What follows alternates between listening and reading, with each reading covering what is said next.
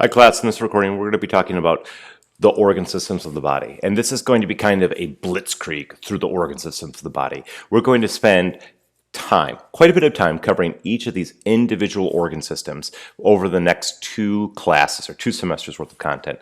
But it's good to have an overall good general idea of what the organ systems are. So first we have the integumentary system. When we think of the integumentary system, I want you to primarily think of skin, but the integumentary system also is going to include the hair, the fingernails, the toenails, and glandular secretions from the body. And I know I just circled the mammary glands right there, and those are usually included with the reproductive system, but they are also a double dipper in that they're also included with the integumentary system because they do make glandular secretions.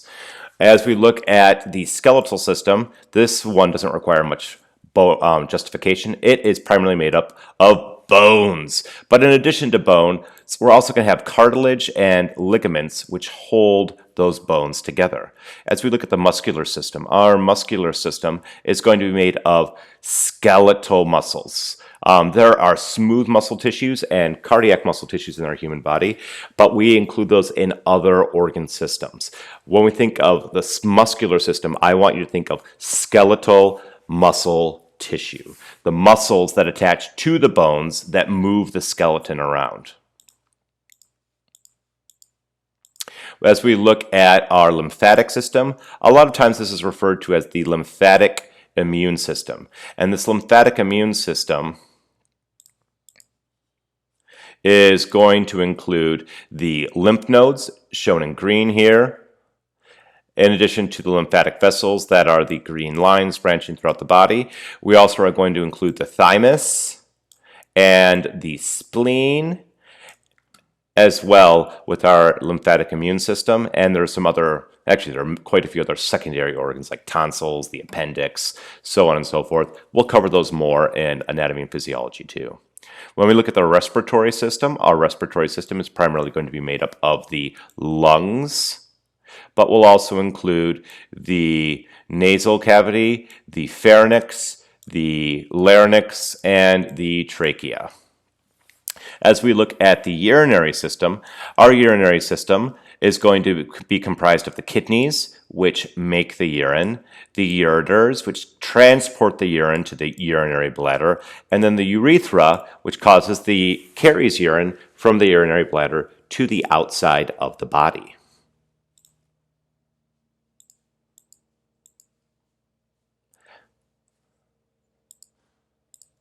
As we look at the nervous system, and this one's a beast, there's a lot on the nervous system. This includes the brain, the spinal cord, the nerves, and the sensory organs of the body.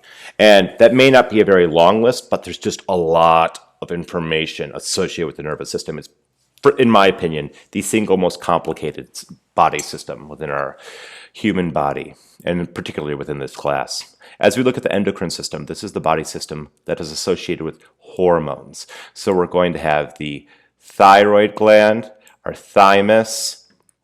We're going to have the adrenal glands, which are directly superior on the kidneys, the pancreas, and since this is a female body, we have the ovaries. Within the male body, we'd have 2 testes highlighted.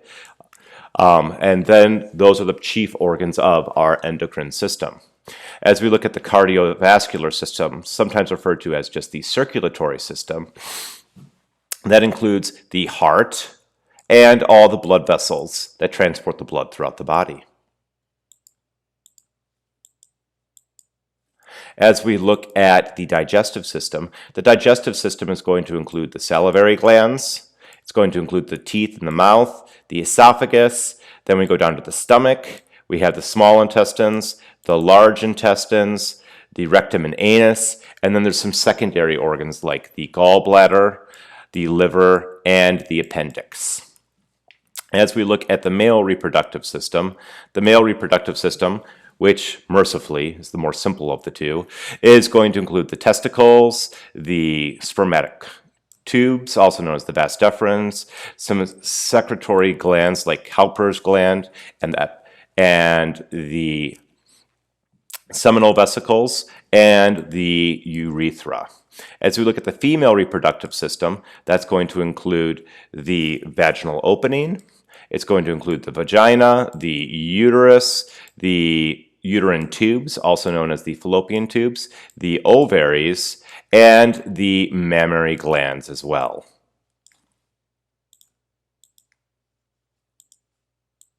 So that was our blitzkrieg through the human body. We summed up all of human anatomy and physiology in just 5.5 minutes.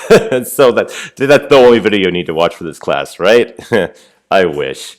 So hopefully you have just a general idea of the major organ systems of the human body after watching this video.